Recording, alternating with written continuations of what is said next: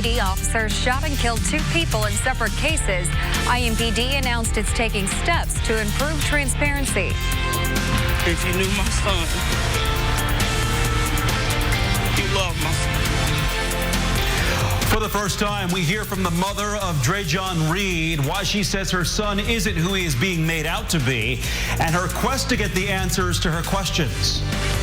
Some people in central Indiana are getting stimulus checks that aren't meant for them. I'm Kara Kenny. Will tell you what to do if this happens to you. The COVID-19 pandemic has hit businesses hard. How one local city is taking matters into its own hands and trying to revitalize its economy. Good evening to you. I'm Amanda Starrentino at the WRTV studios. And I'm Mark Mullins at my temporary home studio tonight. First at 6 o'clock here, IMPD announcing new steps to improve transparency with the public, and that includes a plan to equip officers with body cameras. This comes less than a week after officers shot and killed 2 people in different cases, and in both cases, the officers involved did not have body cameras. But IMPD says they plan to get these body cameras all along. It's not in response to last week's shooting. RTV6's Megan Sanctorum joins us tonight. Megan breaks down when IMPD will get those body cameras and what else they are changing. Leaders say they know tensions are high right now, but they're hoping these steps will help increase transparency and strengthen trust between IMPD and the community. The first step this summer, when officers start wearing body cameras similar to this. The program has been in the works for some time, and it's the result of research, trial runs, and pilot programs. The cameras feature an automatic recording trigger. $1.2 million has been set aside in the 2020 city-county budget for this program. The next step, creating a use of force review board. It will be made up of both officers and appointed community members. The group will review any use of deadly force by an officer and determine if that officer was justified. The chief and merit board will still oversee disciplinary measures. We spoke with community leaders today, including the chair of the African American Coalition of Indianapolis. What we want out of all of this is to have decisions that are made that the greatest majority of people in the community could say, we believe this has been fair, we believe this has been just, we believe that this has been given review, and that we minimize the questions and the lingering hurt that it currently exists. Mayor Hogsett says that's an ongoing effort, and these are changes that were already in the works before last week.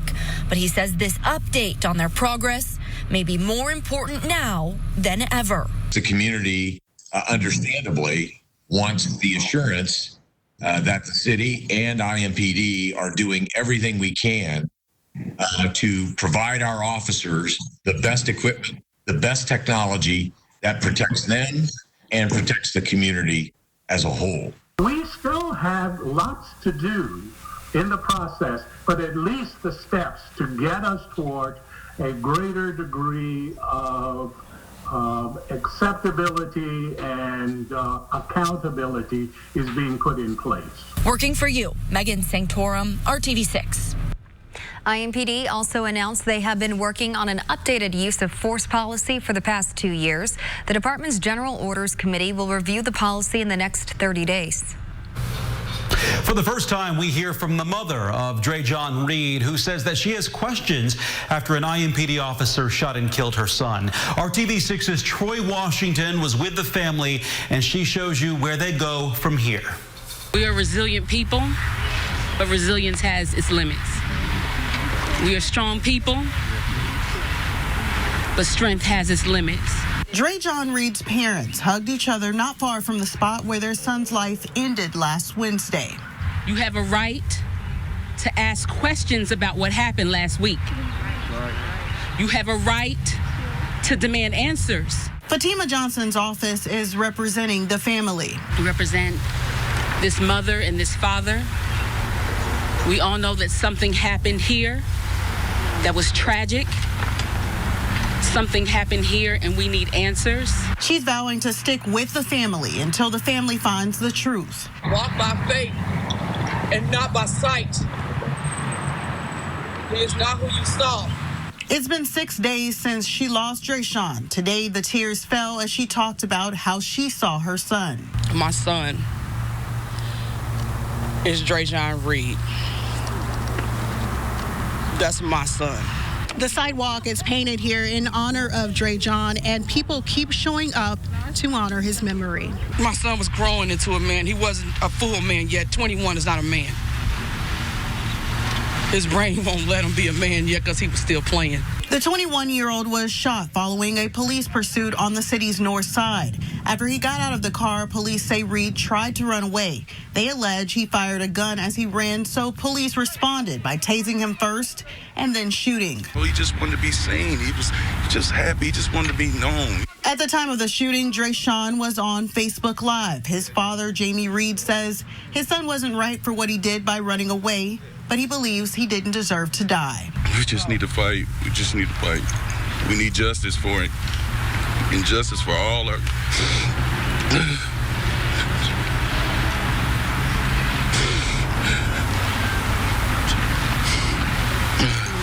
Working for you, Troy Washington, RTV6. Reed's mother also shared a story about another encounter with law enforcement where DreShawn actually called police and made sure an elderly missing woman returned home safely. And moving to our other big story, more than 25,000 Hoosiers have now been diagnosed with COVID-19, and the Indiana State Department of Health reports 566 new cases of the coronavirus so far. 25,127 people in Indiana have tested positive. The state also confirms 33 new deaths from the virus. COVID-19 has now claimed the lives of 1,444 people in Indiana.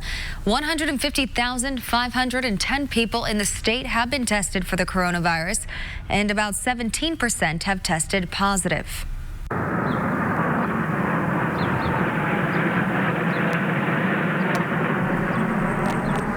A spectacular sight around Indianapolis today. The Navy's Blue Angels honored healthcare workers, first responders, and other employees on the front lines fighting this COVID-19 pandemic by flying over and around local hospitals.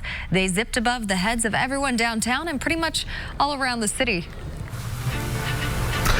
The Rebound Indiana is RTV6's initiative to help you get back on your feet and make sure the systems in place are helping you rebound. While millions of people are still waiting for their stimulus checks, some people in central Indiana are getting checks that don't even belong to them. Call 6 Investigates. Kara Kenny talked with a Beech Grove man who wants to make others aware of this problem, and we're finding out what you can do if this happens to you. Paper stimulus checks are starting to show up in mailboxes, and for some, that means mix-ups. Jay Tilden of Beech Grove already got his stimulus check via direct deposit, so he was surprised when he got a paper check in the mail for his mother, Lillian, especially since Lillian died in 2018. I just thought, this is crazy. I can't believe that I'm getting a check for this particular situation when she's been gone for 2 years. It's not clear exactly why this problem is happening, but Call 6 Investigates did some checking and found the IRS issued new guidance on this May 6th. Anyone who gets a check for someone who died should return the check to the IRS. Write void in the endorsement section on the back of the check. Mail the voided Treasury check immediately to the appropriate IRS location. Include a note stating the reason for returning the check. You do not have to return the check if your name is also on it. For example, if you filed jointly. If you did happen to cash a check for a deceased family member, you'll need to write a personal check to the U.S. Treasury Department. Reporting in Indianapolis, Kara Kenny, RTV6. Kara, thank you. We've included an address on where you can mail the IRS a stimulus check that doesn't belong to you, and that's in this story on the RTV6 app or our website, theindychannel.com. The city of Fishers is now taking steps to help local businesses rebound from this pandemic. It includes handing out $500,000 in loans to jumpstart the reopening process. RTV6's Stephanie Wade is in Fishers showing us how this is revitalizing the local economy. Really a unique effort here in Fishers. The city handing out $500,000 in loans to more than 70 small businesses, helping them open again. It's just one component of Mayor Scott Fadness's recovery plan. For small business, $5,000, $10,000, $15,000 can be a world of difference when you're trying to get the doors back open. And that's exactly what the mayor's done for businesses like the Lash Lounge on 116th Street, which was only open for 6 months before the pandemic hit. I will say that was not part of our scenario planning. Co-owner Allison Lewis Lodi says the city has really gone above and beyond, reaching out immediately to make her aware of financial assistance, health and safety concerns. Police officers even dropping off PPE sample starter kits. I know owners of small businesses all across the country, and there's no one who's told me they've had an experience like that with their local municipality. Our folks are walking the streets, knocking on doors, and just coming in and introducing themselves and saying, how can we help? Here's some information, here's some resources, here's a limited amount of supplies, here's how you can get testing. Testing being a big focus for the city, they're offering free COVID-19 testing to all Fishers residents, and the option for businesses to test their employees as well. You can't emphasize enough how important testing and assessments are going to be as we open back up, because people are going to get sick. We need to know who those people are. We need to be able to identify those situations and mitigate any kind of outbreak moving forward. As the Lash Lounge opens next week, they've expanded their hours to allow for fewer people in the salon at a time, requiring staff and guests to wear PPE and plenty of deep cleaning. Want to do absolutely everything we can to make sure that when we open, it's responsible and it's careful and it's safe. Working for you, Stephanie Wade, RTV6. Also, to combat the pandemic, the city has established its first ever Fishers Health Department. To learn more about their resources, visit fishersrecovery.com. New developments tonight. We're learning Governor Eric Holcomb has asked the Indiana Supreme Court to clarify whether he needs to fill the 30-day vacancy left when Attorney General Curtis Hill's law license is suspended next week. Yesterday, the state Supreme Court ruled Hill's law license will be suspended for 30 days beginning on May 18th. The suspension was for violating 2 Indiana rules of professional conduct due to sexual misconduct allegations from an Indianapolis party in 2018. Hill released a statement yesterday announcing his replacement as his chief deputy until his license is reinstated. But it's unclear if Hill can even make that decision, which is part of the reason Governor Holcomb is asking for the clarification. We've been showing you some of Indiana's best food places over the past few weeks. You can find a lot of those products all in one place, and it's all in the heart of Noblesville, taking local to the next level when RTV6 News at 6 continues. And we are cool tomorrow with temperatures going to be right around that 60-degree mark, but we've got a big warm-up coming our way. We'll talk about that and when some rain is going to return to the forecast. You're watching RTV6 News at 6. Substance use disorders, treatment, and recovery. Some of the best food you can get in Indiana is grown and made right here in the Hoosier State, and much of it is available very close to you. That's right. One shop in Noblesville is taking local very seriously, and they're helping support Indiana farmers. RTV6's Brad Brown takes us to Hamilton County. Nestled on the Courthouse Square in downtown Noblesville, All Local Market is all Indiana, all the time.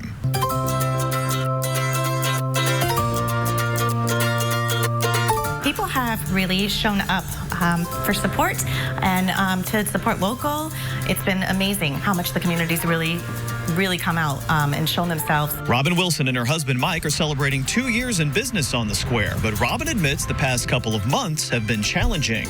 Being here and just not having the same kind of pedestrian traffic and lights off in places, and knowing that the restaurants can only do carry out.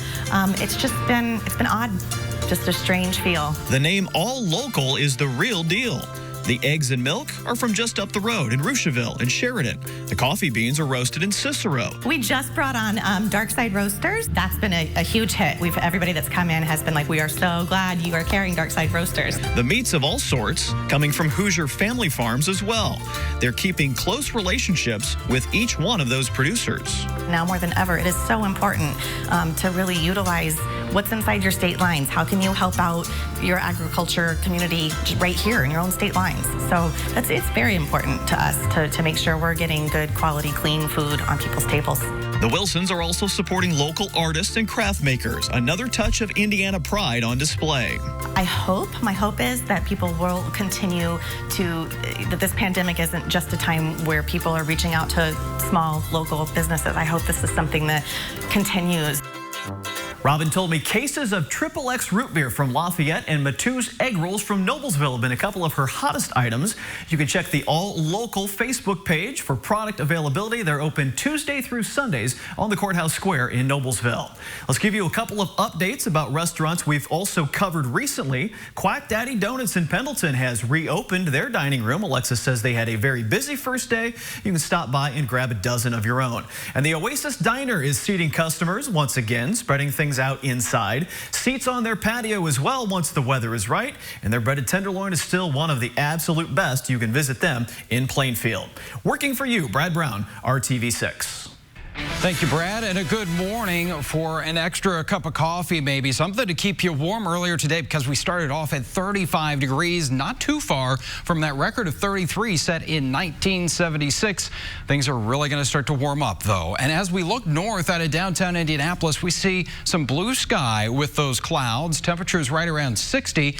And earlier today, of course, we saw the Blue Angels. We showed you some of that video as they flew over Indianapolis. David Curley snapping this amazing photo as they were flying over Plainfield there in Hendricks County this afternoon. Hopefully you got a chance to see them and hear them roaring through the sky earlier today. Satellite and radar shows that we've got those clouds a little thicker here as we work our way south of I-70. So that's where I think temperatures will be a little warmer tonight. But we'll be kind of in and out of those clouds the next several hours, with temperatures falling back into the middle 40s here as we get a little past the midnight hour tonight. And most areas will settle into the lower 40s. I think where we could still see some of that patchy frost, though, Peru at 37, 39 for you in Muncie and Richmond.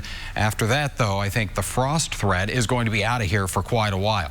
Temperatures on Wednesday going to be very similar to what we had today. After a little warmer start, we'll top out around 60 degrees because we're going to have more in the way of cloud cover and possibly a couple of showers. But TrueCast shows as we go through the morning and into the afternoon, that cloud cover that leads to a couple of those showers around Sullivan, Bedford, Seymour. I think the rain chance is only about 20%. So it's mainly going to be south of I-70. Then we could see a couple more of those showers here developing as we get into our Wednesday evening, with the rest of us dealing with some clouds. But that's the start of a more active weather pattern as we get those rain chances kind of ramping up here for the end of the week, about 80% on Friday. And as those rain chances continue into the weekend, some areas could see 1 to possibly 3 inches of rainfall. The nice side of this is it comes with much warmer air. Those temperatures are going to climb above average here. We're talking about highs in the 70s for several days in the 7-day planning forecast. So 60 tomorrow, then 77 degrees on Thursday. Few showers and thunderstorms out there, but I think, again, more widespread as we get into Friday. That chance for rain will continue into the upcoming weekend. Still can get out there and enjoy some dry time, and the warmth sticks around next week as we begin to dry things out. I'm Dave First with another RTV6 Senior Salute as we honor the outgoing spring sport athletes. Tonight we head to South Putnam High School and meet Kane Gregory. Three-sport athlete looking to wrap up his final year in track and field, was the sectional high jump champ last year at a height of 6'5", also competed in football and basketball.